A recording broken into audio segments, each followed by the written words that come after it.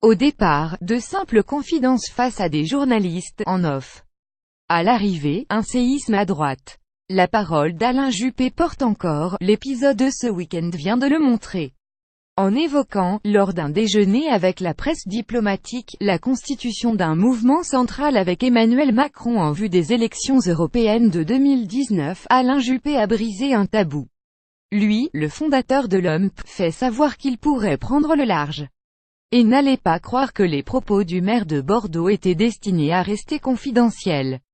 Journaliste à Sud-Ouest, Bruno Dive est convaincu du contraire. C'est lui qui, dès le samedi, a reproduit une partie de l'expression d'Alain Juppé la suite après cette publicité. Le principe de ces déjeuners, c'est qu'ils sont off, car on aborde des aspects diplomatiques qui sont sensibles, explique Bruno Dive. Mais Alain Juppé nous a lui-même signifié, au début de notre déjeuner, qu'il avait appris au cours de sa longue carrière politique que le off n'existe pas vraiment. Quoi dit Alain Juppé lors de ce déjeuner qui était organisé à la Maison des Arts et Métiers? Beaucoup de bien d'Emmanuel Macron, et très peu de Laurent Wauquiez, le très droitier favori de l'élection à la présidence des Républicains. Le vote des militants aura lieu dans quelques semaines. L'ancien ministre des Affaires étrangères a salué la portée du discours prononcé par le chef de l'État sur l'Europe, fin septembre, un discours sur lequel il aurait peu de choses à redire. Alain Juppé évoque d'ailleurs l'idée d'un grand mouvement central pour les élections européennes. La question est de savoir qui en prendra le leadership, ajoute-t-il. Mais si Macron reste dans la ligne de son discours à la Sorbonne, je ne vois pas d'incompatibilité. Sur le départ, la presse s'emballe. Le Figaro évoque des listes communes entre Juppé et En Marche. Dimanche soir, le maire de Bordeaux a tenu son propos d'un tweet: liste commune avec Macron aux européennes, on n'est pas là. Liste commune avec Macron aux européennes, on n'est pas là, quoi que me prête le Figaro.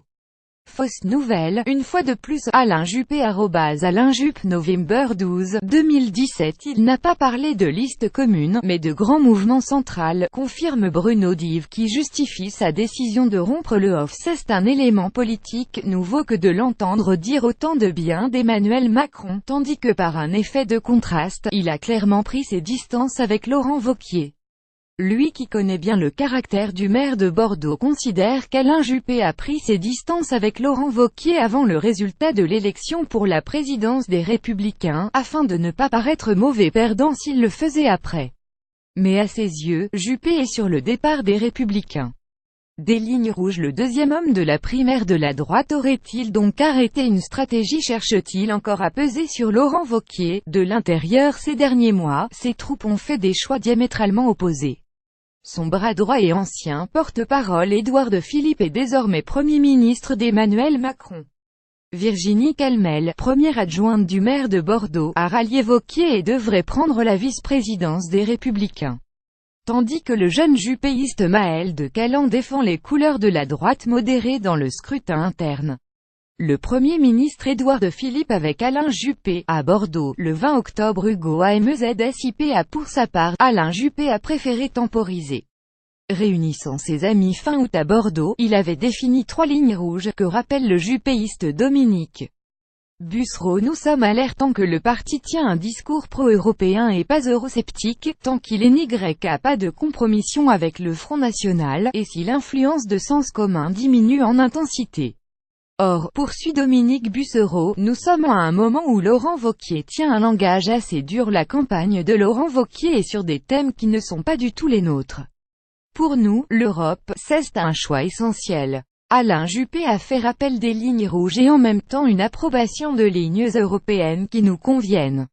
Les juppéistes sont-ils prêts à quitter les Républicains pour rejoindre les constructifs, comme Thierry Solère et Franck Riester, voire directement la République en marche, comme Bruno Le Maire? Nous prendrons collectivement les décisions qui s'imposent le jour venu, répond Dominique Bussereau.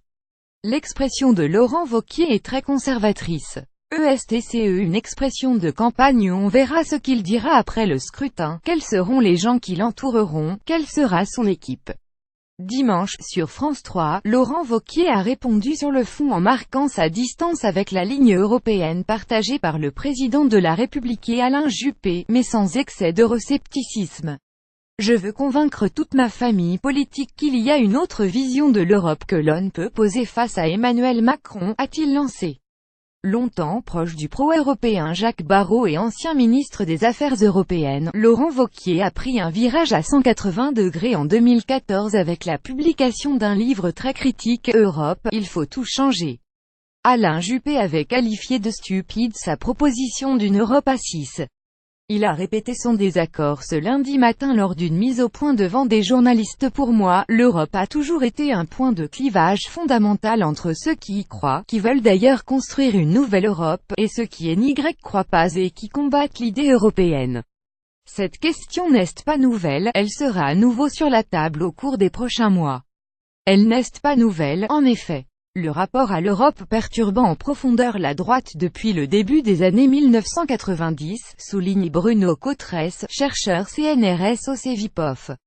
Pour autant, Bruno Cotresse imagine mal un départ d'Alain Juppé uniquement sur cette question de l'Europe, et rappelle que ce n'est pas la première fois qu'il envoie un tel avertissement.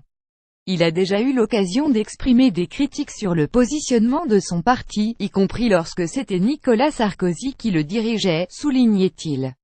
Mais il a construit l'image d'une extrême loyauté, celle d'un homme qui sait se sacrifier pour Jacques Chirac. Surtout, il est l'un des fondateurs de l'UMP, il lui serait douloureux de porter un coup trop fort à un parti qu'il a créé. Baptiste Legrand.